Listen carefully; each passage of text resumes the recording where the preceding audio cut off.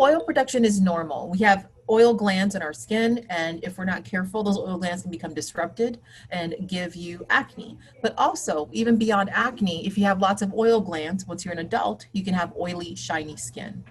That could make your skin look like you have larger pores. And also, there's that kind of constant like appearance of face sweating that seems to happen to some people. The number one way to stop oily skin is to use some type of agent that dries up the skin. The classic agent to use are retinoids. Retinoids are over the counter as retinols or retinals, but also they're prescription medicines that we use for acne when really the oil glands get disrupted. But that could be the most effective way to truly keep that oil under control. If the topical retinoids are not enough, and you are also getting acne that is scarring, going to an oral retinoid, like a medication called Accutane, could even be more effective.